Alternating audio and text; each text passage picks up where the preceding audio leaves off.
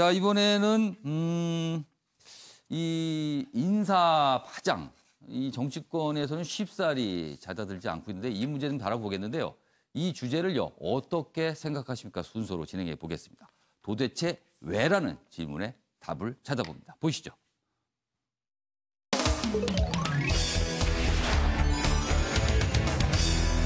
오늘 어떻게 생각하십니까? 주제는요, 국민 정서와는 좀 다른 청와대 인식, 이 얘기를 좀 해보겠습니다. 두 개의 기사 준비되어 있는데요. 제가 기사를 소개하는 동안 네 분 패널께서는요, 의견을 적으셔서 앞에 꽂아주시기 바랍니다.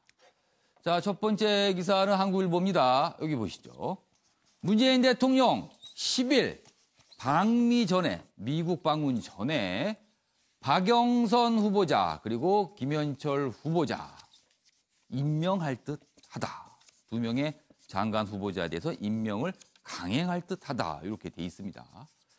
진영 후보자 포함 3인 청문보고서는 재송부 요청을 했고요. 그리고 박양용, 문성용 해수부 장관은 임명을 했습니다. 그런데 이제 논란이 되고 있죠. 박영성 중소벤처기업 부장관 후보자 그리고 김현철 통일부 장관 후보자. 정치권에서 계속 야당을 중심으로 논란인데 문재인 대통령은 일단 임명을 할 듯하다. 이런 기사가 나와 있고요. 다음 기사 보시죠. 자, 이번엔 한겨레 기사인데요. 인용을 했습니다. 제목에. 인사파동, 그와 관련된 여론을 알기나 한 것인가. 여당도 청와대 해명에 부글부글하다. 이렇게 제목이 달려 있습니다. 자세한 내용을 좀 보면요. 1년 전에 반성문을 쓰고도, 자, 그렇다면 1년 전에 어떤 상황이었을까요?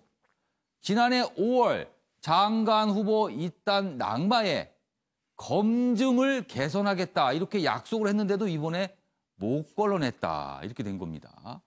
그런데 윤도한 국민소통수석은 사과는커녕 무엇을 잘못했는가 이렇게 들리는 입장을 밝혀서 논란이 되고 있습니다.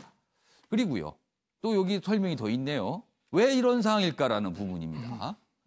부적절 대응이 화 키울까, 다주택, 그리고 이른바 황제 유학의 여론이 분노하는데 청와대는 국민 정서와는 반대된 해명을 내놨다. 이렇게 한겨레 신문은 지적을 하고 있어요.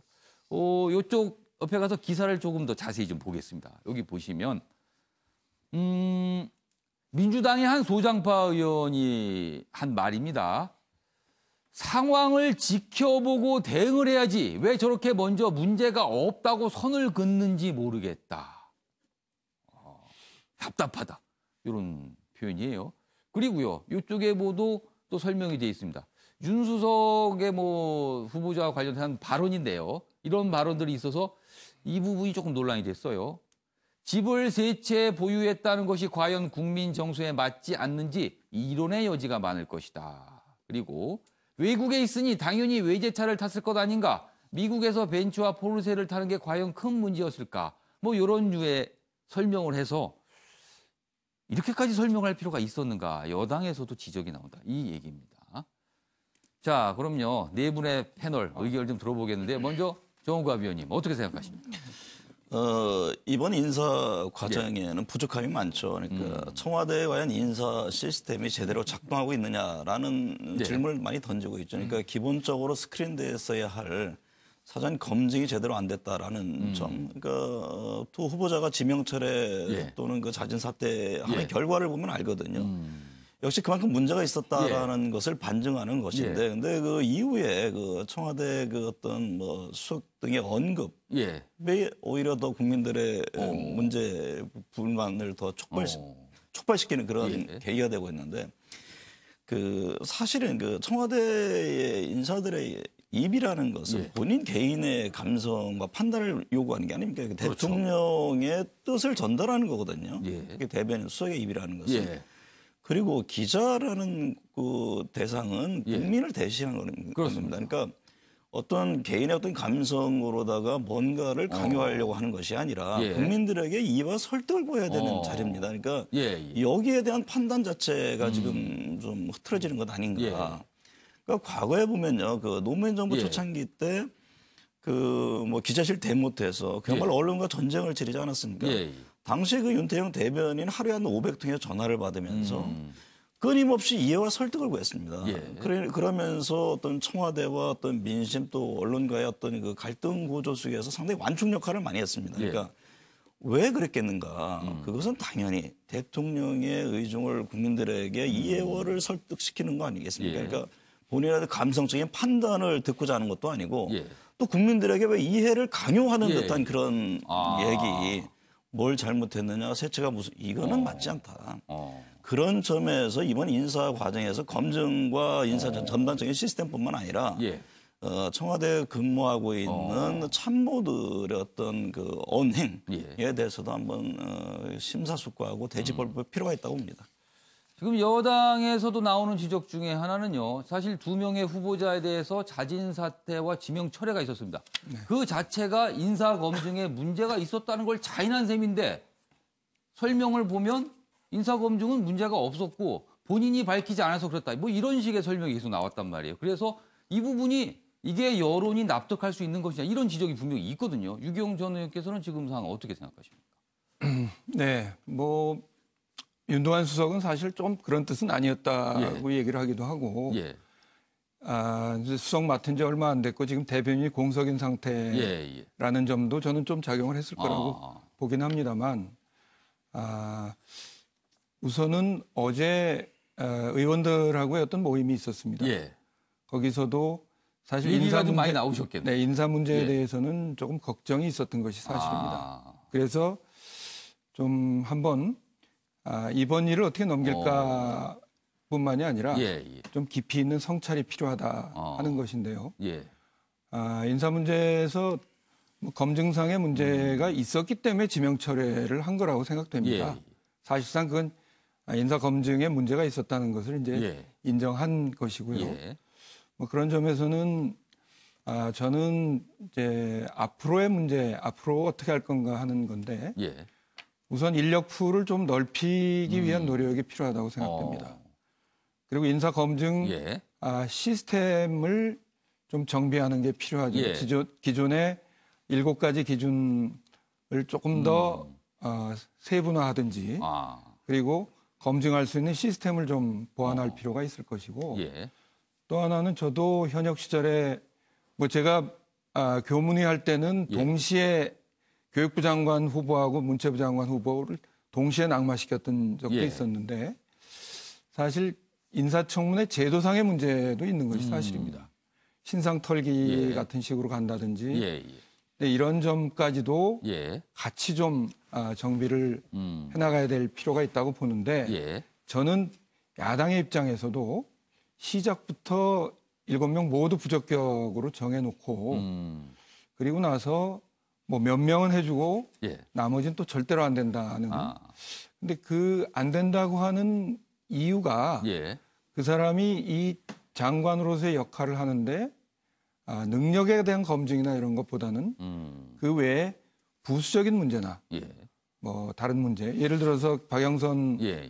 장관 후보에 대해서는 왜 김학의 문제를 거론하느냐 하는 이런 좀 감정 섞인 대응도 저는 있어 보여서 예. 여기서 말하는 성찰은 정부나 청와대의 성찰만이 예. 아니라 야당도 같이 깊이 있는 성찰을 할 시기가 됐다 하는 의미로 알겠습니다. 이렇게 썼습니다. 야당을 포함해서 깊이 있는 성찰을 해야 될 때다. 알겠습니다. 이수희 변호사는 어떻게 생각하십니까? 좀 꽤 긴데 정말 청와대가 몰라서 이러는 건지 아니면 알고도 우기는 건지 그 뭐든 간에 인사교체가 필수다. 몰라서 이러면 그것도 문제고 예. 알고도 우기면 그것도 문제고 결국은 청와대 인사교체는 인사교체를 하면 그게 인사수석, 예. 조현욱 인사수석하고 조국 민정수석. 아. 근데 여기에 또 그것도 있는 것 같아요. 예. 이제 조국 민정수석에 대해서는 청와대에서 끝까지 지키고 싶어하는 건 조국 민정수석 같아요. 예. 인사수석에 대해서는 가능성이 좀 열려 있는 것 예. 같은데 그게 이제 뭐 어떤 분이 그런 말씀을 하셨죠. 뭐 쓰나미가 밀려오는데 예. 조개 줍는데 뭐 신경을 써야 되느냐. 뭐 그런 표현을 쓴 적이 있는데 좀 다른 사례였지만. 예. 그럼 지금 이제 조국 민정수석에 대해서 청와대에서 기대하는 게 뭐 공수처 설치라든가 예. 검경 수사권 문제라든가 예. 이렇게 큰 사안들이 있는데 예. 인사검증 예. 가지고 조국 수석을 경질이라는 낙인을 찍고 내보내기는 너무 아쉬운 존재다. 뭐 이렇게 생각하면서 우기기로 가는 게 아닌가 싶은데 예. 그럴수록 민심과 여론과는 거리가 멀어진다. 예, 그거는 지금 한창 동력을 받아서 결실을 보여줘야 하는 때인데 이거는 저는 뭐 여당 야당 뭐 진영을 떠나서 예. 나라를 위해서 이러면 안 된다는 거죠. 알겠습니다. 인사교체가 필요하다. 마지막에 이제 그 부분을 지적을 해주셨네요. 배정호 교수께서는 어떻게 생각하십니까? 네, 저는 이제 기본적인 인식이 문제가 아닌가 이런 생각이 듭니다. 여기서 인식이란 청와대 인식을 말씀하시는 거죠? 그렇습니다. 왜냐하면은 2명의 장관 후보자가 예. 낙마를 했지 않습니까? 예. 그 이후에 이제 청와대 국민소통 수석이 뭐가 잘못됐느냐 이렇게 얘기를 했거든요. 어제 뭐 기자들 앞에 다시 이제 해명을 했는데 본인의 그런 발언의 취지가 좀 곡해된 측면이 있다 또 이렇게 해명을 하긴 했어요. 네, 해명에도 불구하고 맥락은 예. 그렇게 전달이 된 거는 부인하기 좀 어려워 보이고요. 어쨌든 간에 문제가 있으니까 2명이 낙마된 예. 거 아니겠습니까? 또 문재인 대통령도 처음으로 지명 처리를 했지 않습니까? 예. 그럼 여기에 대해서 좀 겸하게 인정을 하고 소통 수석이 했었으면 어떨까 하는 아쉬움이 들고요. 그다음에 이제 인사 검증 과정에서도 예. 어쨌든 간에 좀 원정주의 즉 다시 말하면 이 정도면 괜찮겠다라는 나름대로 해이한 잣대가 그러니까 사실 자체는 파악을 했지만 그거에 대한 평가가 이 정도는 괜찮지 않을까라는 판단을 했을 수 있다. 네, 저는 그렇게 보고 또 진보 지정에서도 예. 그런 지적이 나오고 있고요. 예. 그리고 두 번째로는 역시 이제 시스템 문제를 좀 할 수밖에 없습니다. 어쨌든 간에 200개 정도의 항목이 있지만은 좀 더 항목 개수를 늘려서 촘촘하게 해야 되고요. 그리고 특히 이제 재산 형성 과정에 대해서는 치밀한 정밀 검사가 필요하다고 생각하고요. 그다음에 좀 투명한 추천 검증 과정 때문에 제가 볼 때는 인사 실명제가 도입이 돼야 될 것 같아요. 과연 누가 추천을 했는지 또 누가 어떻게 검증을 했는지 왜 이 사람이 선택이 됐는지. 나중에 문제가 되면 그 추천한 사람 역시도 좀 책임을 져야 되는. 네, 저는 이제 그 부분이 필요하다고 보고요. 그다음에 마지막으로는 좀 폭넓은 기용이 필요하다. 지금 이제 기본적으로는 뭐 정치 철학, 이념이 맞아야 된다고 하는데 오히려 저는 실용주의적인 입장에서 진영을 뛰어넘는 그런 인재 기용도 필요하지 않을까 이런 생각이 듭니다. 알겠습니다. 이번에 인선에 대해서는 논란이 됐던 부분은 과거와는 달리 확실히 병역과 관련된 문제는 좀 사라진 것 같아요. 그러나 대신 재산 형성 과정, 특히 부동산 관련 문제가 거의 모든 후보자들한테 나타나서 이 부분도 검증 과정에서는 앞으로 좀 꼼꼼히 챙겨봐야 되는 대상이 아닐까 싶기도 합니다.